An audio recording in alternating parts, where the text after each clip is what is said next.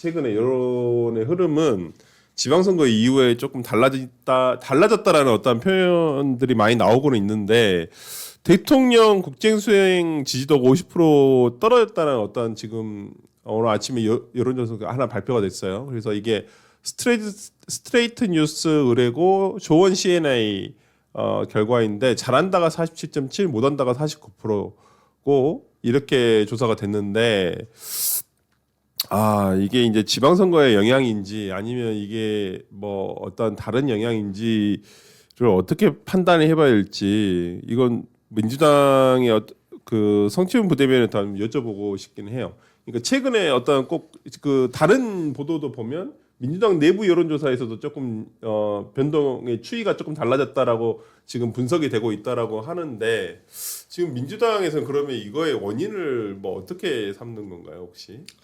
뭐 집에 불났잖아요. 집에 네, 불이어서 뭐 지금 워낙 뜨거운 불이 저번 붙었죠. 주 같은 경우에는 지방선거 결과에 대한 진보 진영 지지자들의 불만 네. 이런 것들이 좀 반영이 됐다고 한다면 그 이후에 사실 지금 8월 전당대회 8.17 전당대회에 대한 이 전투가 시작이 됐기 때문에 근데 사실 그거에 있어서 뭐 네. 뒤에 좀 설명을 하겠습니다만 네. 이 그러니까 대통령 중심에 있잖아요. 네. 대통령이 내세우는 전 노선 투쟁이라고 하고 싶은데, 그러니까 대통령이 내세운 노선과 그에 반하는 노선을 주장하는 분들이 지금 있는 상황이기 때문에 네. 지금 그런 것들이 반영이 될 수밖에 없죠. 그러니까 이 같은 조사기관에서 실시한 이 수행평가 추이를 한번 보여주시면 이 이제 같은 조사기관에서 실시한 것도 추이를 우리가 쭉 볼 수가 있는데 이게 지금 긍정평가 부정평가 보니까 이 6월 한 달 사이에만 그러니까 5월 중순부터 6월까지 지금 현재까지 하니까 한 달 사이에 거의 한 14% 정도가 떨어졌다는 거예요. 지금 16.2%가 떨어졌다는 거예요. 이 한 달 사이에.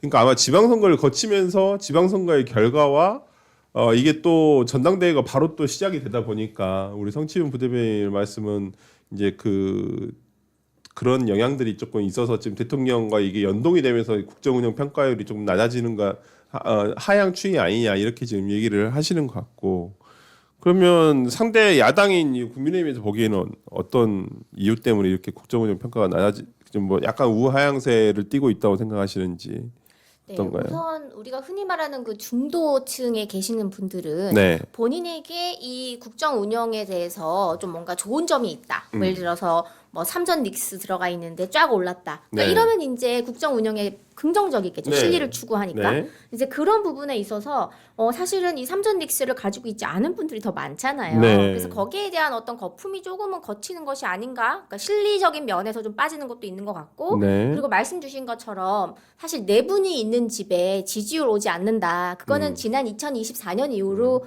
저 정말 유경험자잖아요. 네. 그래서 보통 중도에 계신 분들은 뭔가 이렇게 정당이라고 하는 것이 힘이 있고 뭔가 색깔이 선명해서 딱 봤을 때 이 당은 뭐 하는 당 하고 이렇게 있어 보일 때 그렇게 딱 갖춰져 있을 때 그냥 뭔진 모르지만 좀 관심이 있어 보이고 괜찮아 보이고 뭔가 똘똘 뭉쳐서 단일 대우로 가는 정당이 보통은 이렇게 지지율이 좀 더 나오는 편이잖아요. 근데 현재 지금 국민의힘이 오히려 이 재선거에 관련돼서 좀 그래도 목소리를 좀 내고 있고 네. 그런 이슈 파이팅을 하고 있고 민주당은 그거에 비해서 지금 멋이 중한데 왜 내부 투쟁을 하느냐 해가지고 뭐 문조 털레유 한 다음에 거기에 또 새로운 단어 나왔더라고 무슨 돼지 뭐 이러면서 그래서 그런 것들을 보면서 저 집은 지금 왜 이렇게 싸우고 있어 지금 선거 문제가 이렇게 심각한데 그래서 그런 부분에 좀 실망을 하는 부분이 있다. 그래서 그만큼이 좀 빠졌고 역시나 그래도 강성 지지층들은 견고히 남아있는 지금 딱 그만큼의 지지율이 아닐까라는 생각이 들어요. 그래요. 그러니까 뭐 지방선거 근데 지방선거는 솔직히 민주당이 많이 가져간 건 사실인데 근데 분위기는 서울 때문에 약간 뭐 승패가 나눠진 것처럼 보이는 것은 사실인 것 같기도 하고. 솔직히 명픽이라고 해서 좀 기대한 분들 많았잖아요. 네, 제 주변에도 네. 저 오세훈 좀 많이 하긴 했어 이런 분들이 계셨어요. 네. 근데 여러 가지 이제 이슈들이 나오고 또 정원호 시장 본인의 어떤 목소리가 사실 그 후보 토론회를 여러 번 했으면 괜찮은데 이렇게 마지막에 최종적으로 사전 투표하기 7시간에야 겨우 이제 네. 이분이 어떤 이제 운영 철학을 갖고 있는 분인지를 사람들이 알게 됐단 말이에요. 네. 그렇다면 그만큼 좀 뭔가 이 풍선 효과가 있었던 게 좀 또 빠져가지고 그런 부분에 있어서 이재명 대통령이 초반부터 정원호 그 전 구청장을 아주 그냥 명픽으로 밀었잖아요. 네. 그 부분에 대한 책임을 좀 져야 되는 거 아닌가? 생각보다 별로였다? 뭐 이런 것도 좀 반영이 된 것 같다 이런 생각이 들어요. 아니 근데 지금 민주당에서는 근데 이번 지방선거에 참패란 말을 쓰기도 참 참패는 아닌데. 아니, 참패는 아닌데. 오묘하네요. 그게 기대치가 완전 예를 들면 싹쓸이로. 지금 월드컵 네. 하고 있으니까 네. 우리나라가 16강에서 탈락했어요. 그럼 16강 네. 진출했으니까 뭐 잘했네라고 할 텐데 아르헨티나가 16강에서 탈락하면 약간 그런 기대치가 막 워낙 높아져 있었잖아요. 아, 그러니까. 그러니까 기대치가 막 15대 1 이런 기대치를 갖고 그랬죠. 있다가 이렇게 네, 쭉 맞아요. 떨어지고 기초단체장도 58대 42로 정도 나오고 이러니까 네. 당연히 기대치가 높았던 만큼 이건 뭐 사실상 목표한 바를 이루지 못했으니 네. 그러니까 성공이라고 말하기는 어려운 거 아닌가? 약간 아니 근데 또 참패란 말을 쓰기도 그쵸, 참- 참패라고 할 수는 그건 없고. 또 아닌데 그건 오히려 참패는 국민의힘한테 맞는 말인데. 그러니까 지금 네. 오히려 지금 그 12대 4로 이긴 민주당 지도부는 압박을 심하게 받고 있고 지금 그렇죠. 4대 10이라는 스코어를 낸 네. 대표는 오히려 지금 굳히기에 들어가는 느낌, 버티기가 성공하는 약간 느낌. 좀 뭐 모양새는 그렇습니다. 그러니까 정치 일단은. 참 어려워요. 그러니까 알 그래서 수가 없어요. 아니 참패란 말을 쓰기가 참 저도 쓰면서도 이게 맞나라는 생각이 좀 들어서 일단은 근데 그런 건 있죠. 네. 우리가 2022년 지방선거를 생각해 보면은 네. 이렇게 정권을 잡고 얼마 안 됐을 때 이제 네. 허니문 기간일 때 치루었다는 그런 정치적인 이 상황을 놓고 이제 봐야 되는 거잖아요. 네. 그렇게 봤을 때는 비교적 패했다고 생각하는 분들이 있는 거죠. 아니 뭐 어찌 됐든 간에 이번에 대통령도 뭐 대통령 이재명 대통령도 어떤 선거에 대한 평가를 내놓으실 때 이겨야 될 곳에서 이기지 못했고 뭐 그렇게 평가를 하신 걸로 봐서는 이제 이겼다고 생각은 안 하시는 것 같고 전체적인 결과가 만족스럽지는 않다라는 것 같고 네. 그다음에 지금 이 상황에서 그러면 근데 아까 말씀해주신 내용을 보면 정은호 서울시장 후보의 어떤 패배는 이재명 대통령으로부터 약간 시작이 된 거기 때문에 책임도 좀 있지 않냐. 그리고 전체 선거 과정을 보더라도 정청래 대표가 서울시장 선거에 관여한 바는 저는 별로 기억이 안 나거든요. 뭐 같이 유세를 한 것도 별로 그러니까 기억이 뭐 안 나고 그러는데. 서울시당위원장이 그렇게 됐잖아요. 서울시당위원장 장경태 왼손. 의원. 네, 근데 뭐 잊지 말아야지. 나가셨으니까. 그러니까 장경태 의원 말고 굳이 서울 선거의 책임 뭐 명픽 얘기를 들었습니다만 선거를 이끌고 경기를 운영하고 경기를 뛴 사람들은 다른 사람들이었잖아요. 네. 그러니까 사실 선거를 지휘했던 사람에 대한 책임론 뭐 굳이 누구라고 거론을 안 하더라도 네. 서울에 있는 국회의원들에 대한 지적들을 되게 당내에서 많이 해요.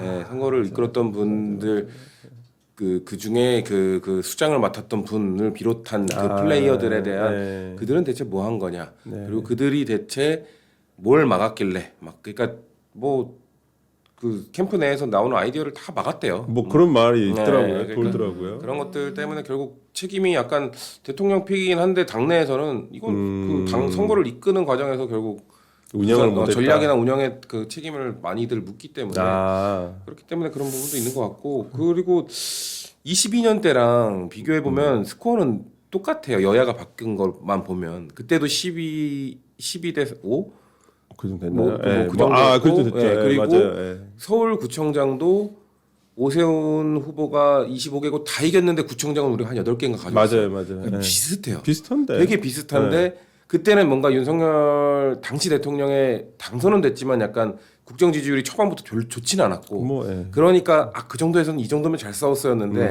우리는 약간 더 크게 이길 것 같았는데 지니까 분위기가 안 좋은 거죠. 맞아요.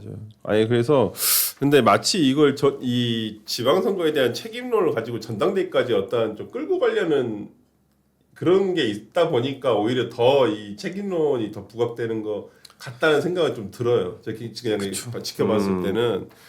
그래서 정청래 대표 제가 별로 어저께 방송에서도 얘기했습니다. 별로 응원하는 스타일은 아니에요. 아마 성취민 부대변인도 알 때 저 민주당에 있을 때도 엄청 비판을 많이 했었거든요. 정청래 대표 그 당시에 의원에 대해서.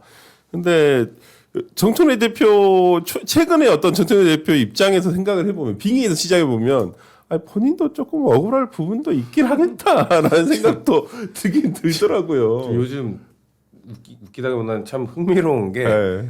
우리 당 얘기할 때는 국힘 쪽에 계신 분들이 정청래 대표한테 너무하는 거 아니야? 약간 이런 맞아요, 정청래 맞아요. 대표가 유지했으면 좋겠다는 생각을 하고 또 국힘 얘기 다룰 때는 민주당 패널들이 장동영- 강동영은 지킬 것 같은데요? 버틸 수 있을 것 같은데요? 오히려 국힘 친한계 패널들은 못 버틸 거다 하는데 우리가 버틸 것 같은데요? 이렇게 약간 자신들의 솔직히 말해 약간 희망사항도 약간 들어가면서 약간 얘기를 하는 거예요. 요즘 단톡방에 한겨레랑 노컷 뉴스 캡처한 게 많이 돌고 있습니다. 어떻게 생각하세요?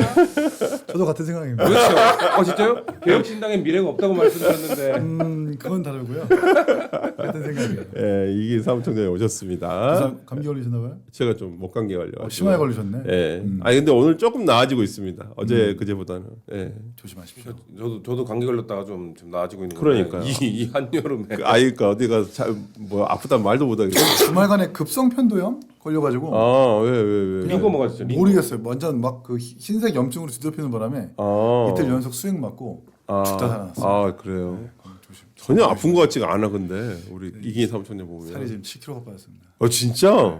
그러니까 우리 그 어디? 구독자 시청자분 중에 어떤 분이 그러더라고 살이 많이 빠졌는데 어디 아프냐고. 많이 아팠어요. 진짜 마음이 아팠던 걸 아니까. 맘고비, 맘고비. 강고비, 당고비나 당고비. 맘고비, 망고비 맘고비. 뭐 웃어? 되게 당문자로. 뭐 제가 봤을 때는 하여튼 뭐 개혁신당도 참 고민거리가 던져졌기 때문에 이번 지방선거를 끝내고 아마 고민할 게 많지 않을까 싶어서 또 그 진두지휘 했던 또 우리 사무총장이었던 이긴 사무총장이 마음고생 많이 하고 몸도 고생하고 마음도 고생 많이 하고. 근데 이 정도 당무 잘하시는 분이 어디 있어? 데려가시죠 그러면. 마음이 아프지 안 되지. 서로들 뭐 하세요? 뭐 하십니까? 서로들? 생각도 안 하고 있는데 서로들 뭐 정작 하세요? 본인께서는 우리끼리 무슨. 네. 그래서 진짜 요즘에 서로의 당 대표를 지켜주기 위해서 서로 상대방에서 응원을 많이 해주고 있는 그 얘기 상황이어서. 자꾸 그러니까 정청래 대표 억울할 것 같다고 막 그러니까 좀 양쪽의 모든 국민들은 예. 선거 졌다 이거. 우리 다 졌어요. 졌죠. 당 소속 의원들과 당직자들도 우리 다 졌다. 예. 두 당의 대표만 내가 이겼어 하고 있는 그런 희한한 그래서 현상이. 저희는 정식적으로 이제 가위바위보를 신청을 했죠. 누가 정말 졌는지 가위바위보 한번 해보자. 뭐 정청래 대표는 이미 큰 승리를 했다라고 이미 선언을 하셨기 때문에. 아니, 근데 정청래 대표는 이긴 게 맞죠. 그렇지. 이긴 그거 대표가 그래, 맞아. 이긴 거야. 숫자로 그러나 보면. 상징적인 보궐이나 상징적인 광역단체장에서 졌기 때문에 이게 뭔가 찝찝한 승리라는 건데 그걸로 당대표 불출마하라고 요구하는 건 좀 과해요. 이거 뭐 개인적인 감정들이 다 섞여 있다니까요. 나오기를 바라는 저 너무 마음. 갑자기 우회전했나?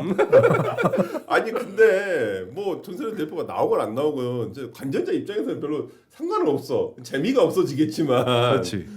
이제. 아니 저는 일단 네. 당 대표를 그러니까 정해진 임기가 있는 당 대표를 어떻게든 끌어내리거나 쫓아내려고 하는 그 움직임이 저한테는 너무 싫어요. 트라우마죠. 트라우마가 왜냐면 있구나. 전 유승민 의원이랑 같이 했죠. 이종훈 의원이랑 같이 했죠. 지금 이준석 의원이랑 같이 있다 보니까 어찌되었든 임기는 좀 보장해야 해야 되지 않나라는 생각을 가지고 있어서. 그럼 장동혁 대표는요? 그래서 저도 방송에서 얘기했어요. 네. 물론 뭐 새로운 리더십으로 총선 준비하는 건 맞는 말인데 네. 지금까지 2020년 국민의힘 창당 이후에 11번 동안 11번 비대위가 들어섰고 네. 만약에 장동혁 대표 이번에 바뀌면 당대표 비대위원장 권한대행까지 포함하면 20번째라는 거 아니에요. 네. 그렇죠. 이게 정상적인 건 아니잖아요. 그렇죠. 1년에 3.3명, 3.5명씩 갈아치우는 당이 과연 정상일까? 그러니까 네. 장동혁 대표에 대한 실수, 뭐 오류 이런 건 차치하고 과연 그게 맞는지 한번 국민의힘 의원들이 좀 생각해 보라는 그건 말씀드렸고 그건 맞아요. 그리고 지금 당 대표에게 사퇴를 요구하는 사람들은 윤석열 대통령 때도 이준석 대표한테 사퇴를 요구했던 사람들이에요. 그게 이준석 대표가 옳고 그르고를 떠나서 다음 총선권을 가진 당 대표가 누가 될 거니까 내 거기를 꿰차야지라는 정치적 의미가 담뿍 담겨 있단 말이에요. 과연 그게 맞냐라는 거예요. 자, 우리가 서로의 지도부가 유지되기를 바라는 것 같다고 말씀하셨는데 정확히 개혁신당은 양쪽 지도부가 모두 유지되기를 바란다는 말을 저렇게 돌려서 하고 있는 거죠.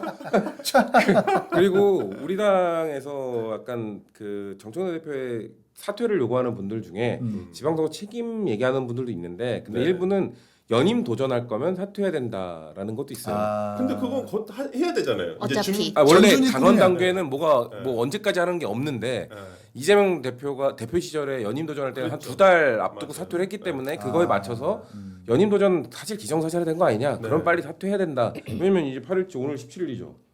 그러니까 오늘 딱 2달 전이란 말이에요. 그러니까 8.17 2달 전 됐으니 곧 하겠네요. 네, 그러니까 그래서 뭐 일주일 내 24일인가 뭐 보도가 나오고 그러한 주장은 일리가 있지. 그러니까 그런 것도 섞여 있는 거예요. 그건 뭐 그렇게 해야죠. 예, 그건 뭐 하지 그러한 않을까. 주장은 일리가 있지. 예. 뭐 이 와중에 지금 국민의힘이 지금 긴급 의총을 오늘 2시부터 오늘 저희 방송에 별로 안 들어오신 분들이 다 거기 의총 보러 가셨나요 혹시? 그건 아니시죠? 이제 비공개인데요. 예, 비공개로 전환이 됐다고 합니다. 네. 처음에만 아마 공개로 좀 했던 것 같고. 근데 오늘 잠깐 여쭤볼게요. 말 나온 김에 오늘 뭔 얘기 하나요? 뭔 얘기 하려고 모이자고 한 건가요? 선거 소청 예. 그거 어떻게 할 건지 예. 결론 짓고 그 다음에 지도부 퇴진 여부 판단하겠다는 건 아니에요. 근데 원래는 오전 10시에 의원총회 하려고 하다가 네. 11시 본회의니까 네. 1시간밖에 논의를 못하니 오후로 잡은 것 같은데.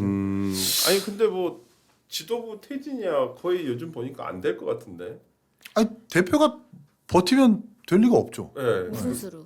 합리적인 방법이 없어요. 그러니까 방법이 없어서 제가 봤을 때는 좀 어렵지 않나. 근데 양양이잖아. 질러놓고 안 하긴 또 그렇잖아요. 왜냐면 의총을 해달라고 했는데 그 정점식 원내대표께서 해달란다고 그냥 다 해줘야 되냐. 날짜는 그러면 모두가 참석할 수 있는 날짜로 하자라고 해서 제가 알기로는 근데 왜 내일 미뤄가지고 한 건데. 내일 하기로 했는데 오늘 땡긴 이유가 있나요 혹시?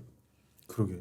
원래 목요일 날 한다고 정점식 원내대표가 얘기를 했던 것 같은데 오늘로 갑자기 또 땡겨졌더라고요. 저녁 때 보니까 저도 어저께 방송에서 목요일 날 우리가 기대를 보고 지켜보자고 했었는데 오늘 또 어제 밤에 보니까 또 오늘로 땡겨져가지고 혹시 뭐 다른 이유가 있나? 아니요, 특별히 뭐 당내에 또 다른 이슈가 있는 문제는 아닌 걸로 알고 있습니다. 그냥 이제 스케줄 그렇구나. 때문에 그렇다고 저희는 알고 있죠. 그래요. 네. 그러면 하여튼 선거 소청 문제는 어떻게 해요? 그러면 지금 장동영 대표는 전면 재선거고 네. 전국 재선거잖아요. 전국 전면 재선거고 네. 지금 다른 의원들은 이제 부분 재선거를 얘기하시는 분도 계시고 뭐 이렇게 하는데 일단 선거 소청을 했잖아요. 그렇죠. 네. 정확하게 이제 투표지 부적 사태 때문에 참정권 침해를 당했다라고 하는 네. 이제 그런 증거가 있는 거기만 이제 먼저 소청을 한 거고 그리고 또 기간이 오늘까지인가 그래요. 17일. 네네네. 그래서 거기까지만 먼저 했고 이제 국조가 시작되고 시작되죠. 이제 특검까지 추진을 하고 그러면은 계속해서 이제 증거들이 나올 거잖아요. 그러다 보면은 아마 문제가 있는 지역들은 재선거를 해야 된다. 그렇게 되면 이게 전국적으로 더 커질 수도 있는 거죠. 근데 이거 한번 여쭤보고 싶었어요. 그러니까 지금 그 장동익 대표가 이 서울시를 포함해서 선거 소청을 한 걸 보고 아니 이거 뭐 서울시장이랑 협의가 된 내용도 아니고 오세훈 견제용 아니냐 이런 말들이 많거든요. 이런 평가가 좀 있는데 이거 장동익 대표 입장은 어떤 입장인지 좀 궁금합니다. 그러면 왜- 예를 들어서 네. 만약에 서울시에서 그런 투표지 부족 사태, 계속 발음이 새네요. 제가 혓바늘이 지금 나가지고, 예, 만약에 이런 투표용지 부족 사태가 네. 서울에서 일어나지 않고 다른 지역에서 일어났다. 네. 그러면은 서울시를 집어 넣었을까요, 소총에? 안 넣었죠. 아니 그런데 경남이나 또 다른 지역은 빠졌잖아요. 당선된 지역 중에서, 그러니까 그 국민의힘이 패배한 지역 중에서는 서울시만 유일하게 이겼는데 거기에 다 6군데에 다 들어갔었고 인천, 경기, 전남 뭐 다른데 그리고 지금 경남하고 대구인가요? 거기는 지금 승리한 지역임에도 불구하고 투표용지 부족 사태가 나온 지역임에도 불구하고 지금 선거소청에는 빠져 있거든요. 그러니까 네. 이게 또 해석은 아니 추경호 이제 대구시장과 이제 박완수 경남도지사는 소위 말하는 친윤계니까 거기 빠지고 오세훈 시장은 친윤계가 아니니까 거기를 포함시킨 거 아니냐라는 이것도 정치권에서 해석이 있는데 굳이 그런 비난의 여지를 감수하면서까지 굳이 서울을 집어넣었다? 그러니까 그 이유가 저 궁금해서 진짜 모르겠어서 그게 이유가 따로 있지 않기 때문에 가능하다. 저는 그래요? 그렇게 생각을 합니다. 그냥 전국 재선거기 그리고 때문에 예, 서울은 목표가? 그리고 이미 네. 그 우리 이호선 네, 당무감사 교수님도 신청을 하신다고 하셨고 네. 또 이제 지역에 있는 다른 분들도 그렇게 이제 신청을 하신다고 했고 그래서 어차피 될 거니까 같이 넣었을 수도 있다고 저는 생각을 해요. 그런데 오세훈 시장을 저격하기 위해서 재선거를 한다? 좀 냉정하게 말씀드리면은 그럼 오세훈 시장님 말고 다른 괜찮은 주자가 뭐 있었나요? 오세훈 아니면 안 된다 아닌가요? 근데 굳이 재선거를 한다고 그럼 후보를 바꾸겠다는 심산인가? 전혀 그건 앞뒤가 맞지 않아서 저는 그게 정치적으로 어떤 공격 포인트로 이 재선거를 서울시장을 굳이 넣었다고 생각하지는 않아요. 그리고 서울시가 지금 현재 기초의원들도 다 있잖아요. 네. 근데 기초의원들 저희가 많이 졌어요. 네, 많이. 그러니까 많이 졌습니다. 네. 그렇게 되면 예전에 오세훈 시장님 그 비슷한 상황이 예전에도 있었습니다. 박원순 시장 되기 전에 네. 바로 그 직전에 무상급식 가지고 뭐 흔히들 말하는 그 캐삭방 사건이 있었는데 네. 그때도 사실은 이 서울시 의회 안에 구성이 보면은 민주당 의원들이 훨씬 많았어요. 네. 사실 그게 되게 힘들고 어려웠다. 그래서 정치적 생명을 걸 수밖에 없었다라고 오세훈 시장님 본인께서 말씀하신 네. 적이 있는데 지금도 만약에 서울시 의회가 그렇게 진행이 된다면 좀 어려울 수도 있어요. 그래서 저는 솔직히 말씀드리면은 우리가 재선거를 했을 때 결코 우리 국민의힘에게 불리하지 않다라고 생각을 하고 있습니다. 지금 이 국정 지지율이나 여러 가지를 봤을 때 그렇다면은 재선거를 했을 때 기초 의원들도 우리가 더 많이 자리를 가져올 수 있지 않을까라는 생각까지 저는 하고 있거든요. 왜냐면 전면 재선거니까. 그래서 오히려 좋을 수 있다고 저는 판단을 하고 있어요. 뭐 그래요? 저건 저의 개인적인 해석입니다. 네. 알겠습니다. 그런 것 때문이라면 더더욱 재선거를 주장하면 안 되죠. 선거의 유불리나 이런 것들 때문에. 네. 그거 이제 저의 개인적 해석이고 네. 대표는 선거의 유불리를 따지는 것이 아니라 원칙을 가지고 그렇게 판단을 했을 것이다라는 거죠. 네. 그러니까 저의 해석. 네, 알겠습니다. 그래서 하여튼 뭐 지금 민주당에서도 일단 국조특위는 일단 합의를 됐고 지금 진행하기로 일단 돼 있고 특위위원장도 지금 야당에서 맡기로 했어요. 윤상현 의원. 네, 윤상현 의원이 맡기로 했기 때문에 뭐 한번 좀 지켜볼 필요가 있다 생각은 합니다. 그 아까 국정운영 평가 추이 있잖아요. 이거 다시 한 번만 좀 보여주시면 이 지금 국정운영 평가 추이가 이렇게 지금 한 달 사이에 한 16% 정도 떨어졌다라는 것을 저희가 알려드리면서 이렇게 보여준 건데 아까 이기인 사무총장 평가를 한 마리의 물고기 같네요. 예, 저 꼬리부터 시작해서 물고기 앞 머리까지 이렇게 모여드는. 네. 한 마리 다 그렸네요, 그러면? 그러니까 추세가 지금 떨어지고 있는 거잖아요. 왜 그런다고 생각하시나요? 그리고 떨어진 게 아니라 네. 떨어졌다라고 끝난 게 아니라 떨어지고 있는 중 같아요. 20, 30대가 이번 정부에 등을 돌린 건 뭐 여러 지표에서 확인할 수 있는 거고 결국 이제 4050 내지는 그 4050 이상 세대가 등을 돌리고 있는지를 봐야 될 텐데 4050이 지금 정부와 민주당을 지지할 계기가 별로 없어요. 싸우고 있잖아요. 네. 아까 뭐 오면서 보니까 성춘 부대변인도 좀 싸우고 있다. 걸 가장 크게 지적하는 것 같은데 그건 것 같아요. 그리고 이재명 대통령한테 보여줬었던 그 높은 지지율의 결정적인 어떤 이유들은 넓은 품, 이재명 대표 때 보여주지 않았던 뉴 이재명이라고 하면서 중도 보수라고 하면서 다양한 사람들을 섭렵하고 품어 안는 모습들이 보여졌는데 이번 순방길에 김민석 총리를 초청하고 지도부를 배제하는 모습들 보면서 이게 다시 이재명 대표에 재림했다. 재림이다 이거. 이재명 대통령이 아니라 이재명 대표의 정치 냄새가 다시 난다라는 생각이 들 것 같아요. 네. 그러다 보니까 말은 뉴 이재명 얘기하고 말은 외연의 확장을 이야기하지만 다시 어떤 과거의 어떤 뭔가 누군가를 배격하고 배척하는 그런 어떤 트라우마들이 있는 것 같아요. 제가 만약에 민주당 지지층이라면 네. 그러니까 이러면 안 되는데라는 생각이 있지 않을까? 그래서 저런 여론조사로 나오는 건 아니죠. 그러니까 이 조사에서도 진짜 좀 신기한 게 저도 좀 보면서도 신기한 게 민주당 정당 지지도 조사를 했는데 민주당이 40%고요. 국민의힘이 41.6%입니다. 일단 물론 오차 범위 내에서 지금 약간 앞선 건 사실인데 민주당도 지금 한 달 사이에 50.8%에서 40%까지 떨어졌거든요. 한 10.8%가 빠졌고 국민의힘은 32.1%에서 41.6%로 9.5포인트가 올랐어요. 뭐 지방선거의 영향일 수도 있다라고 생각하지만 그 국민의힘이 별로 잘한 건 없는데 내가 봤을 때. 그냥 그 자리에 그대로 흩어지지 않고만 있었을 뿐인데라는 거죠. 그래요? 그럼 그 전에는 비대위로 가지 않고 뭉치지 못해서 저희 좀 전에도 말씀드렸지만 네. 비대위 갔다가 전당대회 했다가 계속해서 해초 모의를 1년에 3번씩을 하는 정당에 무슨 매력이 있겠습니까? 알겠습니다. 하여튼 무슨 뭐 당인지 모를 거예요, 사람들이. 이름도 계속 바꾸고. 네. 아니 근데 이제 선거 끝났으니까 이름 바꿔야 되는 거 아니에요? 근데 저 솔직히 이름이 나쁘지가 않아가지고 저는 난 국민의힘 좋은데. 아니 올 봄에 원래 그 당 대표가 이거 개명하겠다고 네.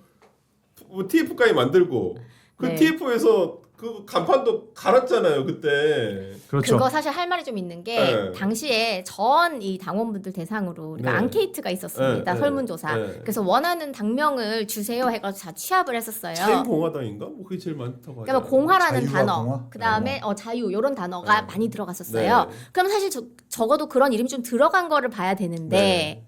그리고 심플해야 되고 네. 근데 이제 당명 개정 TF에 한때 계셨던 분의 증언에 의하면 그 제가 직접 네. 들었어요. 네. 왜 의하면은 그걸 수렴한 내용을 보지 않고 그냥 그 TF 안에서 이름을 그냥 몇 개를 결정했다. 그래서 사실 좀 그때도 여론이 반발이 많았었습니다. 당원들의. 요식행위였다. 왜 그럴 거면 앙케이트 왜 받았냐? 이름 마음에 안 든다. 미여공이 뭐냐 이러면서 아 미래. 를 여는 공화당. 아 미여공. 네. 그리고 뭐 미련당 이래가지고 미래 연합인가요? 뭐 왜 그런 거 있었어요. 아. 미래연대 이래가지고 미련하냐 막 이래가지고 절대 안 된다. 그래서 이제 홀드를 했었고 처음부터 할 거면 다시 하자라는 그런 이야기가 나오면서 이제 선거 준비해야 되니까 끝났는데 네. 이제 선거가 끝나고 딱 나니까 그렇다면은 이 당명 개정을 계속 추진을 할 것인가 아닐 것인가를 이 선거 문제가 이 재선거 이슈가 끝나고 나면 한번 또 의견 청취를 해봐야 되지 않을까 생각해요.